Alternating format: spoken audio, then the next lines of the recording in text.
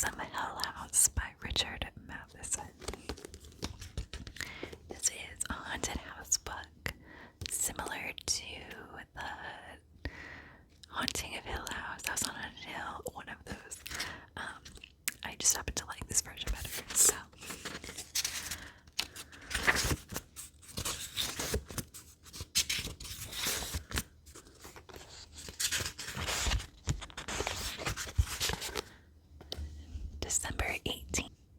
December 18th, 1970, 3:17 p.m. It had been raining hard since 5 o'clock that morning. Brontean weather, Dr. Barrett thought. He repressed a smile. He felt rather like a character in some latter-day Gothic romance. The driving rain, the cold, the 2-hour ride from Manhattan in one of Dutch's long, black leather-upholstered limousines. The interminable wait in this corridor while disconcerted-looking men and women hurried in and out of Dutch's bedroom, glancing at him occasionally. He drew his watch from his vest pocket and raised the lid. He'd been here more than an hour now. What did Dutch want of him? Something to do with parapsychology, most likely. The old man's chain of newspapers and magazines were forever printing articles on the subject. Return from the grave, the girl who wouldn't die. Always sensational, rarely factual. Wincing at the effort, Dr. Barrett lifted his right leg over his left. He was a tall, slightly overweight man in his middle 50s, his thinning blonde hair unchanged in color, though his trimmed beard showed traces of white. He sat erect on the straight-back chair, staring at the door to Judge's bedroom.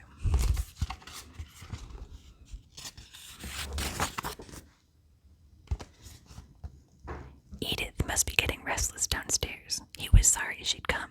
Still, he'd had no way of knowing it would take this long. The door to Dutch's bedroom opened, and his male secretary, Henley, came out. "Doctor," he said. Barrett reached for his cane and, standing, limped across the hallway, stopping in front of the shorter man. He waited while the secretary leaned in through the doorway and announced, "Dr. Barrett, sir." Then he stepped past Henley, entering the room. The secretary closed the door behind him. The darkly paneled bedroom was immense. Sanctum of the monarch, Barrett thought as he moved across the rug. Stopping by the massive bed, he looked at the old man sitting in it. Rolf Rudolph Deutsch was 87, bald and skeletal, his dark eyes peering out from bony cavities. Barrett smiled. "Good afternoon."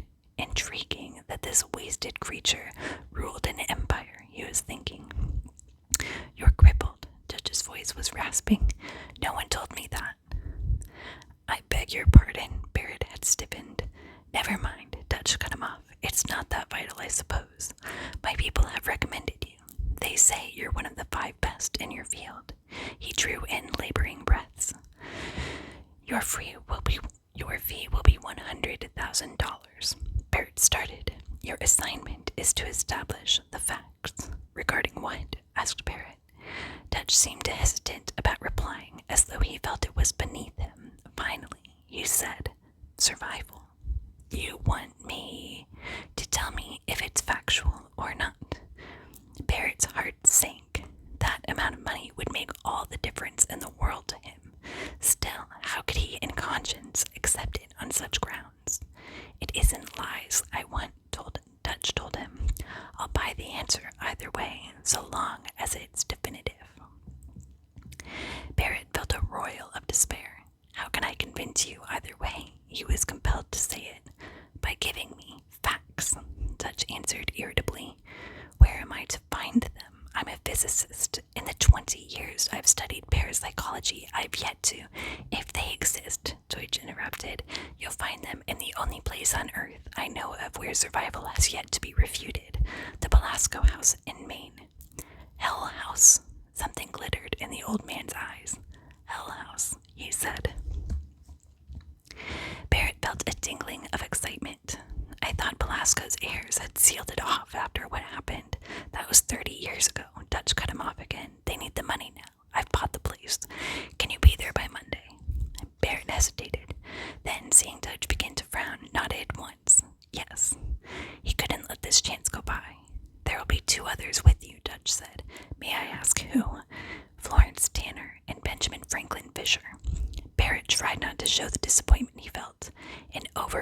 spiritualist medium and the lone survivor of the 1940 debacle. He wondered if he dared object. He had his own group of sensitives and didn't see how Florence Tanner or Fisher could be of any help to him. Fisher had shown incredible abilities as a boy, but after his breakdown had obviously lost his gift, been caught in fraud a number of times, finally disappearing from the field entirely. He listened half attentively as Dutch told him that Florence Tanner would fly north with him, while Fisher would meet them in Maine. The old man noted his expression. "Don't worry, you'll be in charge," he said. "Tanner's only going because my people tell me she's a first-class medium." "But a mental medium," said Barrett, "and I want the line of approach employed as well as yours," Dutch went on, as though Barrett hadn't spoken. "Fisher's presence is obvious." Barrett nodded. There was no way out of it, he saw. He'd have to bring up one of his own people after the project was underway. "As to costs," he stated. The old man waved him off. "Take that up with Hanley. You have unlimited funds." "And time? That you don't have," Dutch replied. "I want the answer in a week." Barrett looked appalled.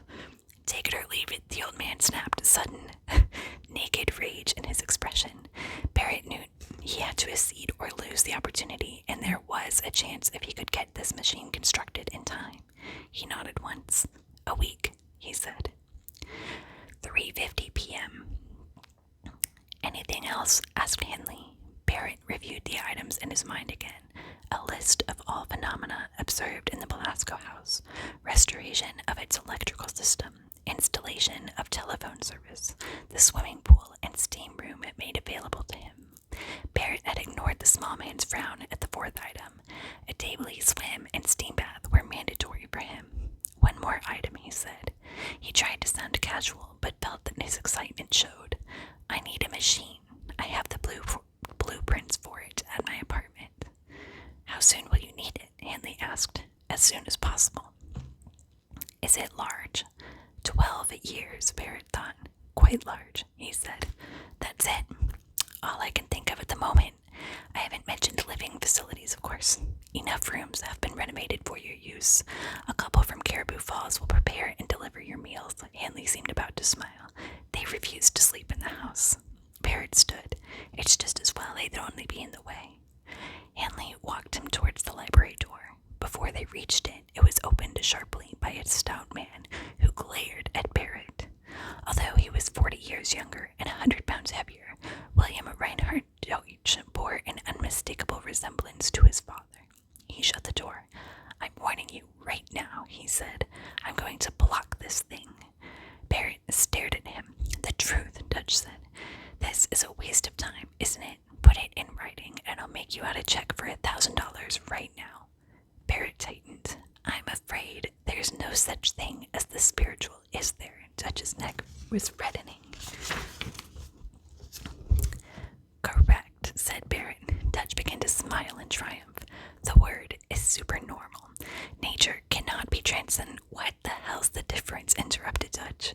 "It's superstition, all of it." "I'm sorry, but it isn't." Barrett stared past him. "Now if you'll excuse me." Dutch caught his arm. "Now look, you better drop this thing. I'll see you never get that money." Barrett pulled his arm free. "Do what you will," he said. "I'll proceed until I hear otherwise from your father." He closed the door and started down the corridor. In light of present knowledge, his mind addressed Dutch.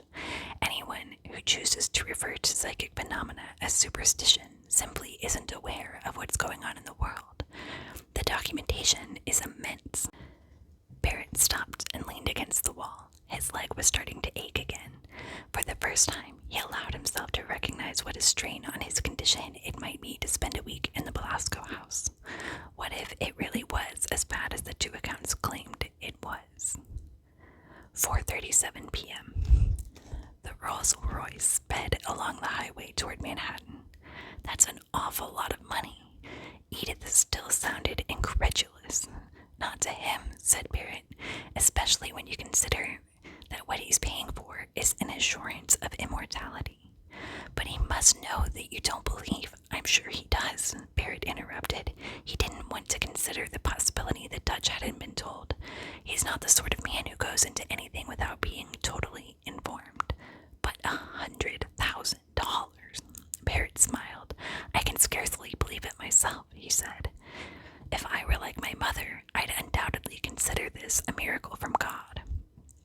Two things I failed to accomplish both supplied at once: an opportunity to prove my theory and provision for our later years. Really, I could ask no more.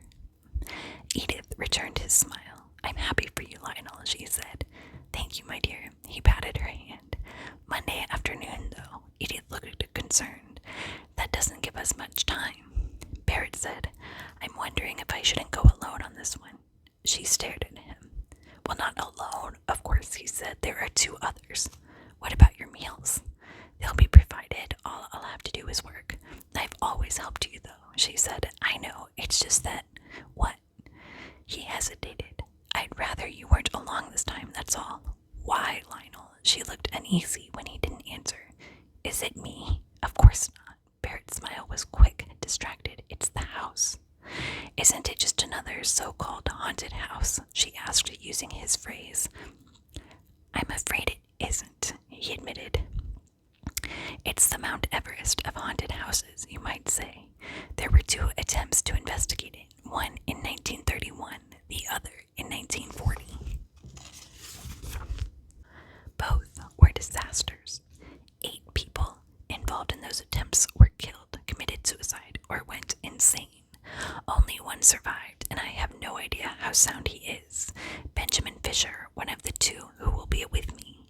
It's not that I fear the ultimate effect of the house, he continued, trying to ameliorate his words. I have confidence in what I know. It's simply that the details of the investigation may be, he shrugged, a little nasty. And yet, you want me to let you go there alone? My dear, what if something happens to you? Nothing will. What if it does, with me in New York and you in Maine? Edith, nothing's going to happen. Then there's no reason I can't go. She tried to smile. I'm not afraid, Lionel. I know you're not. I won't get in your way. Barrett sighed. I know I don't understand much of what you're doing, but there are always things I can do to help.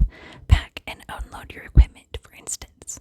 Help you set up your experiments. Type the rest of your manuscript. You said you wanted to have it ready by the 1st of the year, and I want to be with you when you prove your theory. Barrett nodded. Let me think about it. I won't be in your way, she promised, and I know there are any number of things I can do to help. He nodded again, trying to think. It was obvious she didn't want to stay behind. He could appreciate that. Except for his 3 weeks in London in 1962, they'd never been separated since their marriage. Would it really hurt that much to take her? Certainly she'd experienced enough psychic phenomena by now to be accustomed to it. Still, that house was such an unknown factor. It hadn't been called Hell House without reason. There was a power there strong enough to physically and or mentally demolish 8 people, 3 of whom had been scientists like himself. Even believing that he knew exactly what that power was, dare he expose Edith to it? December 20th, 1970, 10:39 p.m. Florence Tanner crossed the yard which separated her small house from the church and walked along the alley to the street. She stood on the sidewalk and gazed at her church. It was only a converted store, but it had been everything to her these past 6 years. She looked at the sign in the painted window, Temple of Spiritual Harmony. She smiled. It was indeed. Those 6 years had been the most spiritually harmonious of her life. She walked to the door, unlocked it, and went inside. The warmth felt good. Shivering, she turned on the wall lamp in the vestibule.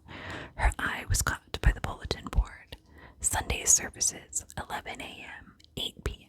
Healing and Prophecy, Tuesdays, 7:45 p.m. Lectures and Spirit Greetings, Wednesdays, 7:45 p.m. Messages and Revelations, Thursdays, 7:45 p.m. Holy Communion, first Sunday of Monday. She turned and gazed at her photograph tacked to the wall, the printed words above it, the Reverend Florence Tanner.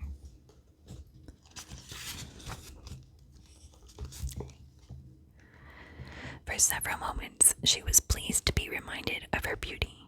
43, she still retained it, unimpaired, her long red hair untouched by grayness, her tall, Juno-esque figure almost as trim as it had been in her 20s.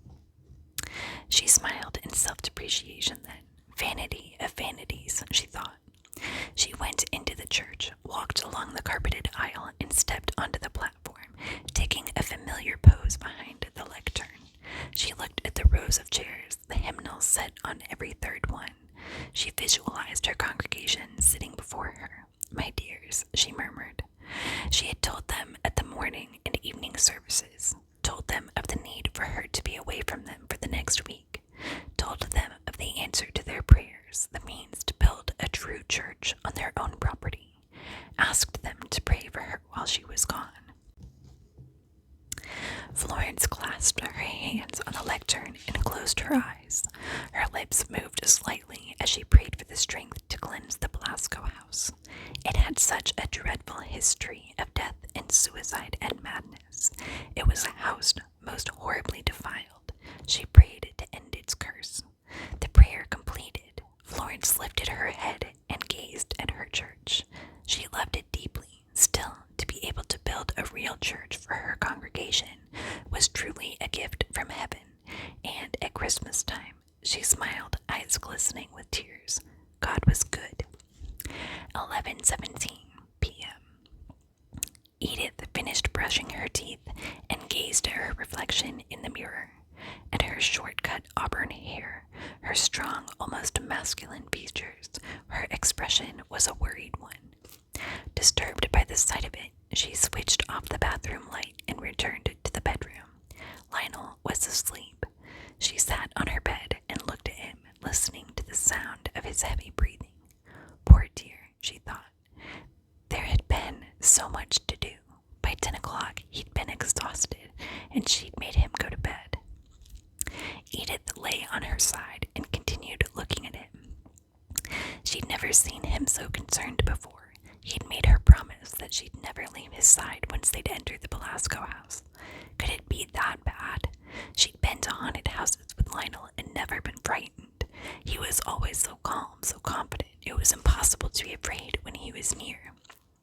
Yet, he was disturbed enough about the Belasco house to make an issue of her staying by his side at all times. Edith shivered. Would her presence harm him? Would looking after her use up so much of his limited energy that his work would suffer? She didn't want that. She knew how much his work meant to him. Still, she had to go. She'd face anything rather than be alone. She never told Lionel how close she'd come to a mental breakdown during those 3 weeks when he'd been gone in 1962. It would only have distressed him, and he'd needed all his concentration for the work he was doing. So she'd lied and sounded cheerful on the telephone the 3 times he'd called, and alone she'd wept and shaken, taken tranquilizers, hadn't slept or eaten, lost 13 pounds, fought off compulsions to end it all. Met him at the airport finally, pale and smiling, told him that she'd just had the flu. Edith closed her eyes and drew her legs up. She couldn't face that again. The worst haunted house in the world threatened her less than being alone.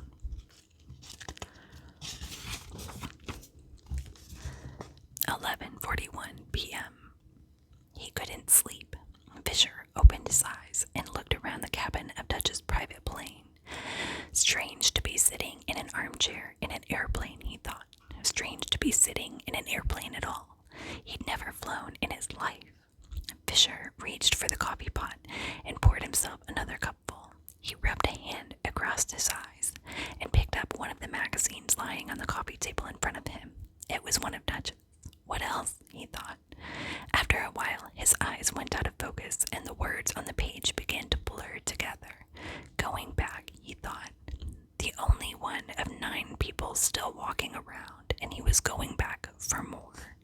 They'd found him lying on the front porch of the house that morning in September 1940, naked, curled up like a fetus, shivering and staring into space.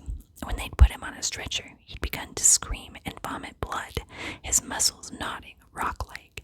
He'd lain in a coma 3 months in the Gariboo Falls Hospital. When he'd opened his eyes, he'd looked like a haggard man of 30, a month short of his 16th birthday. Now he was 45, a lean, gray-haired man with dark eyes eyes. His expression one of hard, suspicious readiness. Fisher straightened in the chair. Never mind. It's time, he thought. He wasn't 15 anymore. Wasn't naive or gullible. Wasn't the credulous prey he'd been in the 1940s. Things would be different this time. He never dreamt in his wildest fantasies that he'd be given a second chance at the house. After his mother had died, he traveled to the West Coast. Probably, he later realized, to get as far away as possible from Maine. He committed clumsy fraud in Los Angeles and San Francisco, deliberately alienating spiritualists and scientists alike in order to be free of them. He'd existed barely for 30 years, washing dishes, doing farm work, selling door-to-door, janitoring, anything to earn money without using his mind. Yet somehow he'd protected his ability and nurtured it. It was still there, maybe not as spectacular as it had been when he was 15, but very much intact, and backed now by the thoughtful caution of a man rather than the suicidal arrogance of a teenager. He was ready to shake loose the dormant psychic muscles, exercise them, and strengthen them, use them once more, against that pest hole up in Maine, against